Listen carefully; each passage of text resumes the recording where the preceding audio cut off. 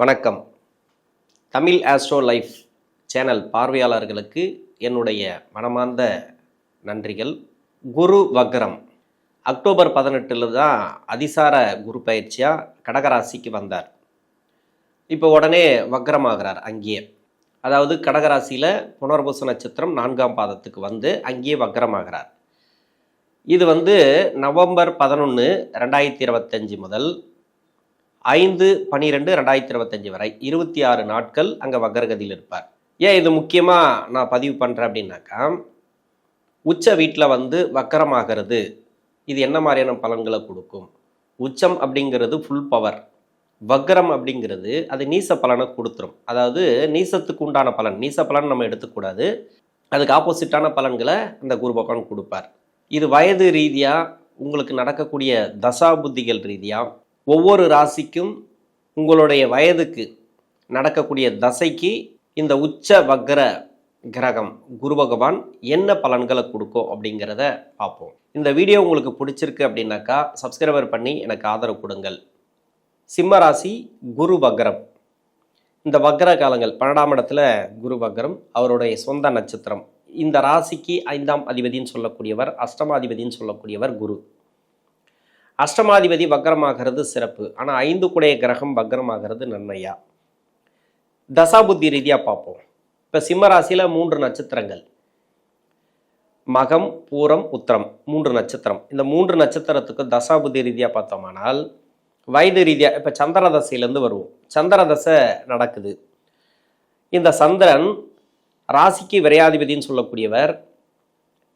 இது மக நட்சத்திரத்திலிருந்து தசை பண்ணுறவங்களுக்கும், பூரம் நட்சத்திரத்திலிருந்து தசை பண்ணுறவங்களுக்கும், உத்திர நட்சத்திரத்திலிருந்து தசை பண்ணுறவங்களுக்கும், ஏன்னா 3 நட்சத்திரத்தில் இவர் இருந்து தான் தசை பண்ணுவார்.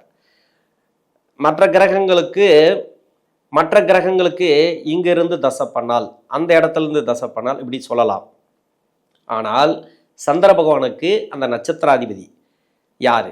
இப்போ இருக்கிற மக நட்சத்திரம்னா கேதுவோடைய நட்சத்திரத்திலிருந்து தசை பண்ணுறார். இந்த நட்சத்திராதிபதி கேது பகவான் உங்கள் சுய ஜாதகத்தில் சந்திர பகவானுக்கு மறையாமல் இருந்தால் சிறப்பு. மறைஞ்சிச்சுனாக்கா நிறைய கஷ்டப்படுவீங்க. அதுலேயும் அஷ்டம சனி போயிட்டுருக்கு. அது மாதிரி கஷ்டப்படக்கூடிய நபர்களுக்கு இப்போ வேலை வாய்ப்பு ரீதியாக கொஞ்சம் ப்ராப்ளத்தை கொடுக்கும். இடமாற்றங்கள் அது இதுன்ட்டு, வேலை பிரச்சனை அதெல்லாம் கொடுக்கலாம், வாய்ப்பு இருக்குது. கவனமாக இருங்க. அதாவது சந்திர பகவானுக்கு மறைவு ஸ்தானத்தில் இந்த கேது பகவான் இருந்தால் மட்டும், சந்திர பகவானுக்கு மறைவு ஸ்தானத்தில் இந்த கேது பகவான் இல்லை, சிறப்பு, சூப்பராக இருக்கும், ஒன்றும் பிரச்சனையே இல்லை. இன்னொன்று பரிவர்த்தனை ரீதியாக சூரியன் சந்திரனோட வீட்டில் இருப்பார். சந்திரன் சூரியன் பரிவர்த்தனை, அது மாதிரி இருக்கிறவங்களுக்கு சிறப்பாக இருக்கும். அதுக்கு அடுத்து பார்த்தீங்கன்னாக்கா பூர நட்சத்திரம், சுக்கிர நட்சத்திரம். இது சுக்கிரனோட நட்சத்திரத்தில் இருந்து தசை பண்ணுறது அந்த அளவுக்கு நல்லது இல்லை. சந்திர தசையில் இருக்கிறவங்க ரொம்ப ரொம்ப கவனமாக இருக்கணும். இதுலேயும் உடல் நலத்திலே கொஞ்சம் கவனமாக இருக்கணும். முயற்சி பண்ணுறீங்கனாக்கா அந்த முயற்சியில் கொஞ்சம் கவனமாக பண்ணணும். ரொம்ப எஃபர்ட் எடுக்கணும். நீங்கள் தான் முயற்சி அதிகமாக பண்ணணும். இப்போ 100% முயற்சி பண்ணிட்டு வர, இன்னும் முயற்சி பண்ணுங்கள். ஒரு வேலைக்காக முயற்சி பண்ணுறீங்களா, அந்த வேலை சிறப்பாக இருக்கும். ஒரு சில பேருக்கு படிக்கிற காலகட்டத்தில் ஒரு படிப்பு நல்லாயிருக்கும், படிப்பில் நல்ல ஒரு முன்னேற்றம். இப்போ ஒரு சில பேருக்கு தோய்வுகள் இருக்கலாம், அதெல்லாம் மாறக்கூடிய வாய்ப்புகள் இருக்குது. மன அழுத்தங்கள் வெளியே வருவீங்க. நட்பு வட்டாரத்துலேருந்து ப்ராப்ளம் வந்துச்சுனாக்கா அதெல்லாம் மாறக்கூடிய வாய்ப்பு இருக்குது.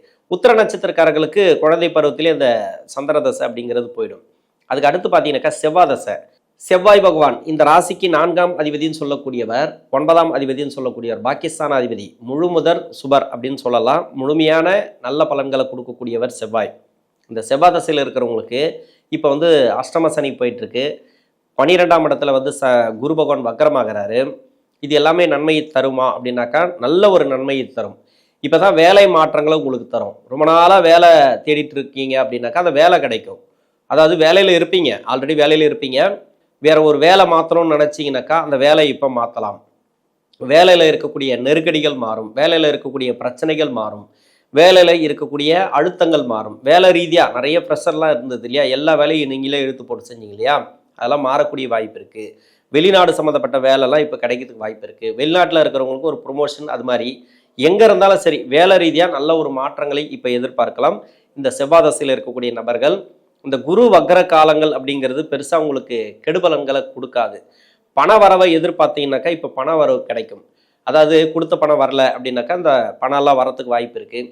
இடமாற்றங்கள், மற்றபடி பார்த்தீங்கன்னாக்கா இடம் வாங்குறது, ப்ராப்பர்ட்டி சேர்க்கை, இது மாதிரி ஏதாவது பிளான் பண்ணியிருந்தீங்கன்னாக்கா, வண்டி வாகன சேர்க்கைக்காக ஏதாவது பிளான் பண்ணியிருந்தீங்கன்னாக்கா, இது எல்லாமே இந்த செவ்வாய் தசையில் இருக்கிறவங்களுக்கு நல்ல ஒரு மாற்றத்தை கொடுக்கும். பாக்கியஸ்தானாதிபதி தசை தான் இருந்தாலும் இப்போ ராசிக்கு வந்து அஷ்டம சனி போயிட்டு இருக்கு. வக்கரமாக இருக்க சனி வக்கர நிவர்த்தியான பிறகுதான் அந்த அஷ்டம சனியோட முழுமையான ஒரு அதிகபட்சமாக பார்த்தீங்கன்னாக்கா அந்த சனி அப்படிங்கிறது இப்போதான் உங்களுக்கு அஷ்டம சனி முழுமையாக ஆரம்பிக்க போகிறார். அதனால் பயப்பட தேவையில்லை. வேலை அப்படின்னு சொல்லக்கூடிய இடம்னா 4 தான். அந்த 4 மாற்றங்கள் கன்ஃபார்மாக அந்த செவ்வாய் திசையில் இருக்கிறவங்களுக்கு கிடைக்கும். திருமண வாழ்க்கையில் இருக்கக்கூடிய நெருக்கடிகள் மாறும். இருந்தாலும் கணவன் மனைவிக்குள்ள கருத்து வேறுபாடுகள் வந்துச்சுனாக்கா கொஞ்சம் தாழ்ந்து போகிறது நல்லது, விட்டு கொடுத்து போகிறது நல்லது. வேலை செய்யக்கூடிய இடங்களில் வாக்குவாதங்கள் தவிர்ப்பது நல்லது. இதெல்லாம் யாருக்கு அப்படின்னாக்கா, உங்கள் சுய ஜாதகத்தில் செவ்வாய் மறைவு ஸ்தானத்திலிருந்து தசை பண்ணிச்சுனாக்கா அவங்களுக்கு மட்டும் ரொம்ப கஷ்டத்தை கொடுக்கும், கடன் அமைப்பையும் கொடுக்கும்.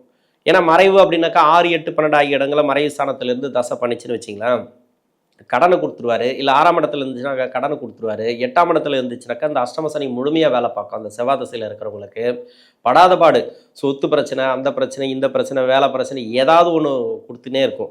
அவங்கெல்லாம் ரொம்ப கவனமாக ட்ராவல் பண்ணுறது நல்லது எதுலேயுமே. அதாவது வேலையிலும் சரி, குடும்ப வாழ்க்கையிலையும் சரி, நிதானத்தோடு கடைப்பிடிக்கிறது இந்த காலகட்டங்கள் நல்லது. ஏன்னா குரு வக்ரம் அப்படிங்கிறது கொஞ்சம் பண வரவை கொஞ்சம் தடை பண்ணணும் இது மாதிரி இடத்துங்கள்லேருந்து தசை பண்ணிச்சுனாக்கா. அடுத்து ராகு தசை. இந்த ராகு வந்து சனியோட வீட்டில் இருந்து தசை பண்ணால், சுக்கிரனோட வீட்டில் இருந்து தசை பண்ணால், புதனுடைய வீட்டில் இருந்து தசை பண்ணால், இந்த 3 இடங்கள், அதாவது சனிக்கு நட்பு கிரகம்னு சொல்லக்கூடிய இடங்கள்லேருந்து தசை பண்ணிச்சுன்னா கொஞ்சம் கவனமாக இருக்கணும். ஏன்னா இந்த ராசிக்கு நன்மை செய்யாது, ஆனால் அஷ்டம சனி உங்களுக்கு நன்மை செய்யும். அஷ்டம சனியெல்லாம் உங்களுக்கு நல்ல பலன்களை கொடுத்துரும். ஏன்னா அஷ்டம சனிக்கு வந்து சனி பகவானுக்கு வந்து நட்பு கிரக தசை நடந்துச்சுனாக்கா நல்ல யோகத்தை கொடுத்துரும் இந்த டைமுங்கிறது. அதனால் 2 பலன்களும் உண்டு. ராகு தசையில் இருக்கிறவங்களுக்கு கவலைப்பட தேவையில்ல. உங்களுடைய முயற்சிகள் அப்படிங்கிறது ரொம்ப ரொம்ப முக்கியமானது. எம்ப்ளாயாக இருக்கிறீங்க அப்படின்னாக்கா இந்த வேலை மாற்றங்கள்லாம் எதிர்பார்த்தீங்கன்னாக்கா இப்போ வேலை மாற்றம் கிடைக்கும், அதாவது ப்ரொமோஷன் கிடைக்கிறது, அது மாதிரிலாம். மற்ற எங்கேருந்து தசை பண்ணாலும் சரி சிறப்பு அப்படின்னு எடுத்துக்கலாம். இந்த சனியோட வீடு, இந்த சனிக்கு நட்பு கிரகம் சொல்லக்கூடிய இடங்களை இருந்து தசை பண்ணால் 2 பலன்களும் உண்டு, உங்கள் சுய ஜாதக வலுவை பொறுத்து. மற்ற வேற எங்கே இருந்தால் தசை பண்ணாலும் இந்த ராகு பகவான் உங்களுக்கு நல்ல ஒரு மேன்மையான பலன்களை கொடுத்துரும். கொடுத்த பணம் வரும். இப்போ ரொம்ப நாளாக பணம் எதிர்பார்த்துட்டு இருந்தீங்கன்னாக்கா பெரிய அமௌண்ட் வரணுங்க, அது வரும். இப்போது உங்களுக்கு பண ரீதியாக நல்ல ஒரு முன்னேற்றங்கள், சேமிப்பு, வீடு கட்டுறது, ப்ராப்பர்ட்டி சேர்க்கை, அது மாதிரிலாம் இந்த ராகு தசையில் கொடுக்கறதுக்கான வாய்ப்பு இருக்குது. ராகு தசை அப்படின்னாக்கா மக நட்சத்திரக்காரர்களுக்கு 48 வயசுலேருந்து 66 வயசு வரைக்கும் வரும். இவங்களுக்கெல்லாம் பார்த்தீங்கன்னாக்கா சுப விசேஷங்கள்லாம் அதிகமாக நடக்கும். வீட்டில் ஏதாவது சுப விசேஷம் பண்ணணும்னு நினச்சிருப்பீங்க, பசங்களுக்கு வந்து திருமணம் அப்படின்னு, இல்லைனா வீடு கட்டுறது, அது மாதிரி சுப செலவுகள் இந்த காலகட்டங்களில் உண்டு. இந்த குரு வக்கர காலங்களில் நிறைய பண விரயமாகவும் அது வந்து சுப விரயங்களாக மாறும். கன்ஃபார்மாக சுப விரயங்களாக தான் இருக்கும், தேவையில்லாத நஷ்டமெல்லாம் இருக்காது உங்களுக்கு. தொழில் செய்யக்கூடிய நபர்கள், புதிய நபர்களை நம்ப வேண்டாம். அஷ்டம சனி போயிட்டுருக்கு, புதிய நபர்கள் வேண்டாம்.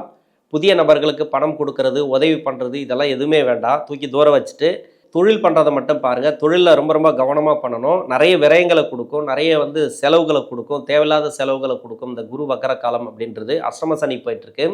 இந்த அஷ்டம சனியில் வந்து தொழில் பண்ணுறவங்க தான் ரொம்ப ரொம்ப கவனமாக இருக்கணும். அரசாங்கத்துறையில் இருந்தாலும் சரி, இல்லை தனியார் துறையில் இருந்தாலும் சரி, அவங்களுக்கு வந்து பயம் இல்லை. தொழில் பண்ணுறவங்க தான் ரொம்ப ஜாக்கிரதையாக பண்ணணும் இந்த நேரங்களில். அதே மாதிரி குரு தசை உங்களுக்கு சிறப்பாக இருக்கும். குரு தசையை பற்றி நீங்கள் கவலைப்பட தேவையில்லை. அஷ்டம சனி நட்பு கிரகம் தான் சனி பகவானுக்கு. அதனால் குரு தசையில் இருக்கிறவங்களுக்கு நல்ல ஒரு முன்னேற்றங்கள், இப்போ வீடு கட்டுறது, ப்ராப்பர்ட்டி சேர்க்கை, அது எல்லாமே வரும்.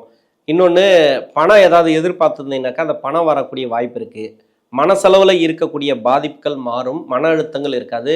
ஆன்மீக சுற்றுலாலாம் போயிட்டு வரதுக்கான வாய்ப்புகள் இருக்குது. குலதெய்வ பூஜை அனுசரிப்பீங்க. நிறைய இது மாதிரி ஆன்மீகம் சார்ந்து நிறைய உங்களுக்கு நல்ல பலன்கள் உண்டு. ரொம்ப நாளாக நீங்கள் ஏதாவது பிளான் பண்ணியிருந்தீங்கன்னாக்கா அந்த பிளான்லாம் நடக்கிறதுக்கான வாய்ப்பு இருக்குது. நிறைய வந்து சுப விரயங்கள் அதிகமாக, சுற்றுலா சம்மந்தப்பட்ட சுப விரயங்கள். அப்படி இல்லைனாக்கா வீட்டுக்கு தேவையான சுப விரயங்கள், வீட்டுக்கு தேவையான பொருள் வாங்குறது, அது மாதிரி என்ன ஒன்று செலவுகள் இருக்கும், அந்த சுப செலவுகளாக மாற்றிக்கொள்ளுங்கள். அது மட்டும்தானே தவிர இந்த சிம்ம ராசிக்கு அஷ்டம சனினாவே நீங்கள் கொஞ்சம் பார்த்து தான் ட்ராவல் பண்ணணும். ஏன்னா அஷ்டமாதிபதி தசை அப்படிங்கிறதுனால அதுக்குண்டான பலனையும் இந்த அஷ்டம சனி அப்படிங்கிறது கொடுக்கும்.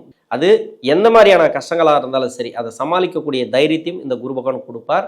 இந்த சிம்ம ராசியில் இருக்கக்கூடிய 3 நட்சத்திரக்காரர்களுக்கும் தசாபுத்தி ரீதியாக நல்ல ஒரு மாற்றங்கள் உண்டு. நன்றி.